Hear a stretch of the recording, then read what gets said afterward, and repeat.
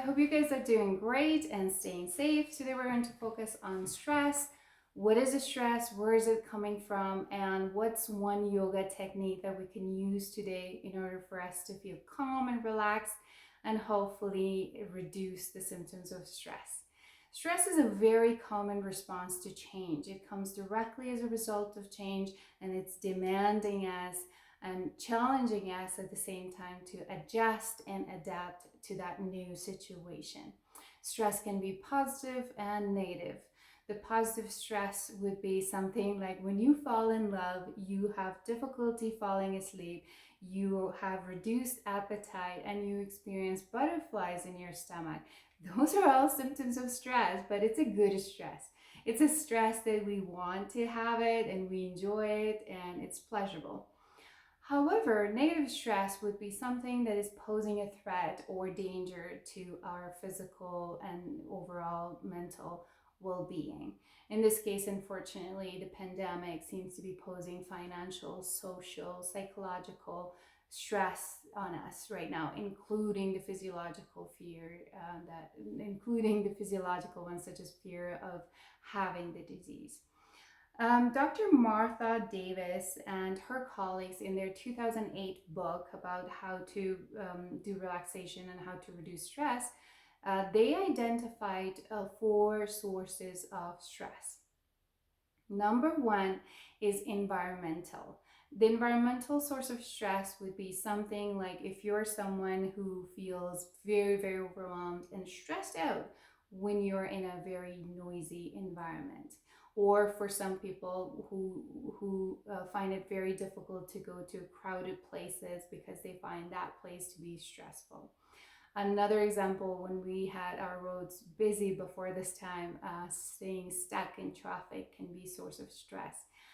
Weather can be a source of stress for some people as well. So these are all the environmental sources that causes people to go through stress. Number 2, it is this social stress. Now, social stress, I strongly believe, is the bigger contributor to a lot of people whom I'm working with right now who are going through the stress in their lives right now is this particular one, the social stress.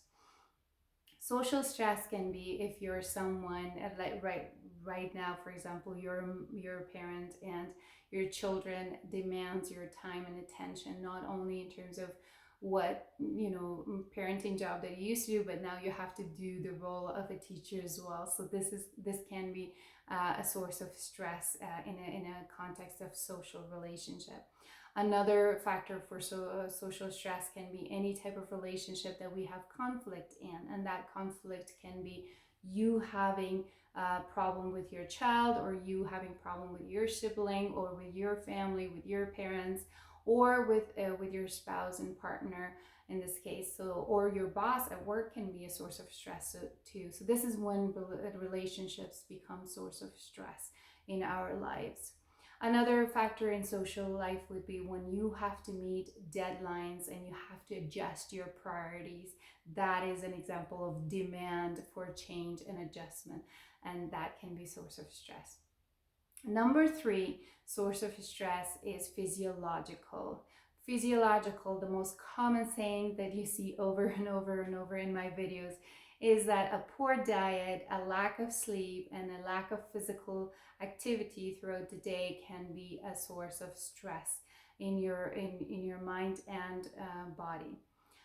The other physiological factor can be that you're a new mom, you just gave birth to a baby, and your body went through C-section, which is an injury in this case, so you're going through stress. So not only your mom, either for the first time or second time or third time, there's that demand of here's a new person in your life, but at the same time your body is gone through this, the tearing process and giving life to another human being. So that can be another example of physiological stress. Another would be if you're adolescent and you're going through change and your body's rapidly changing and growing, that can be a source of stress too. While in older girls case, when we're going through menopause, that would be another example of physiological change that is causing us stress. The other example would be if you are diagnosed with any disease that is, affecting your life. So that can be also a source of stress. So the fourth one is something that I call a psychological factor. In other words, it's your thoughts, how you're interpreting a situation seems to be adding to your stress. Sometimes situations are quite neutral in nature, but for some reason, due to our own childhood, due to our own suffering, we might be interpreting certain neutral situation as negative, and that can be a source of stress too. One example that I can give in terms of context of couple relationship is that maybe your partner is overwhelmed by what they're going to be doing today and how busy their day will be, and they have to deal with child number one, number two, and number three in this case. And you both wake up, but you see the face of your partner and you see that they're, they don't seem to be, they don't seem to look okay to you, and now you're interpreting that to yourself that, oh, maybe he or she is mad at me, or maybe, there's something that I did and she's mad and I have no idea, so now you're frustrated as well. So this would be an example of interpretation, that even though at this point the partner hasn't spoken to you what is the reason why they're upset, you already generated some negative thinking in your thoughts that makes you feel very stressed. All right, so those are the four reasons or four sources, basic sources, as Dr. Martha Davis points that out. Those are the four basic sources that we tend to get stress. So number one is environment, number two is social, number three is physiological, and number four is our thoughts. Now, what are some benefits of having stress? Why do we even have it in our body? Well, the reason we have it is because our ancestors had to fight for other environmental threats in order for our species to survive, which is something you guys might be very familiar with, the fight and flight mode of our brain. So our ancestors had to quickly act when they were, challenged by a tiger by the cave that is going to, eat them up.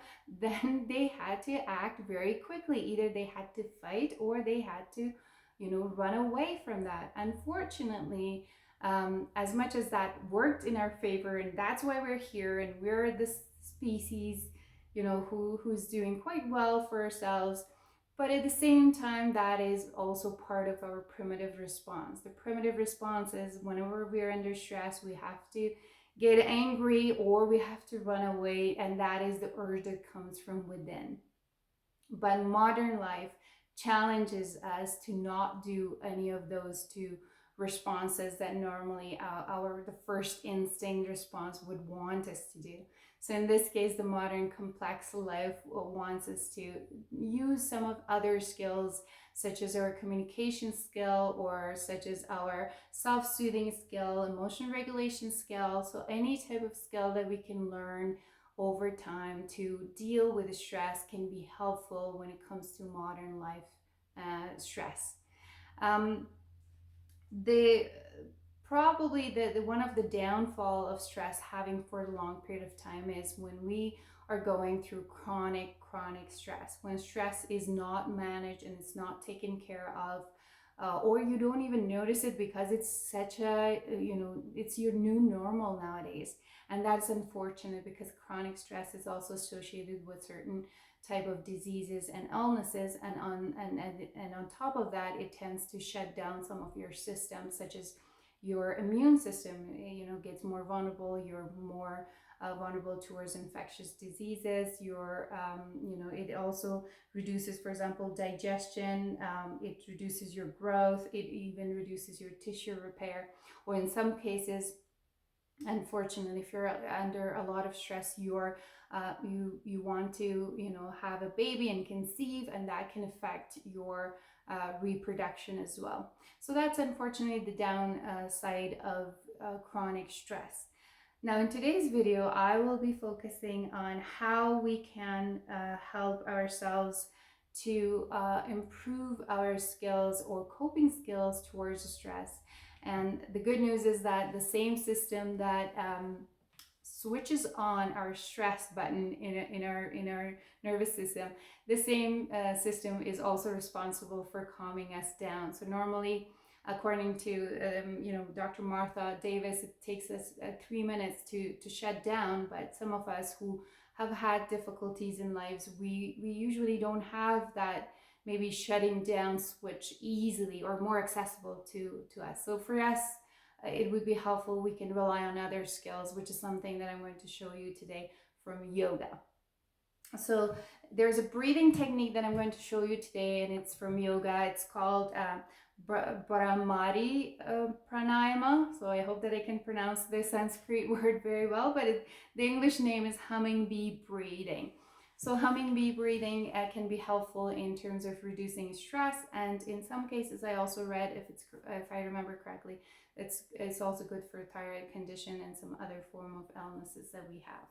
So how do we do the humming bee breathing? Is that I would like you to have both hands up. I always have it up as I'm speaking.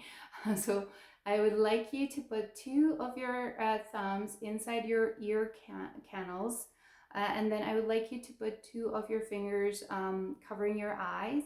And then the I think it's called ring finger, but you can see which finger is that. So you can put it around your nose so that you can control your breathing, and then the pinky comes around your mouth.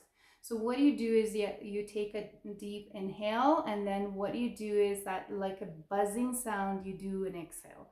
Try to have your exhale a long period of time, and then do another inhale, and then once you do exhale, I want you to produce that bee-like buzzing sound, okay? So let's start, let's do it together. And here's my two thumbs going into my ear canals. And here I'm covering my eyes as well. And here I'm putting fingers here around my nose, and this one is around my mouth.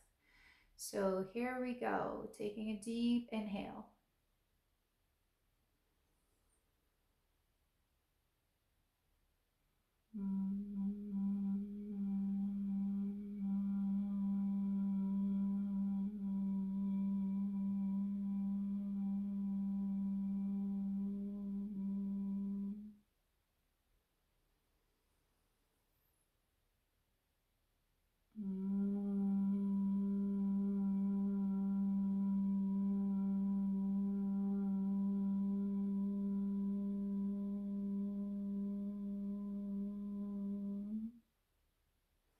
Okay, I feel the relaxation happening to me, and I hope you guys are feeling it too. It might sound a little bit silly when you do that, and if your kids are around, right now my son is sleeping, so if your kids are around, they might start giggling as well, but this is a really good technique for you to feel less stressed. I would like to recommend you to do this at least 3 to 9 times a day.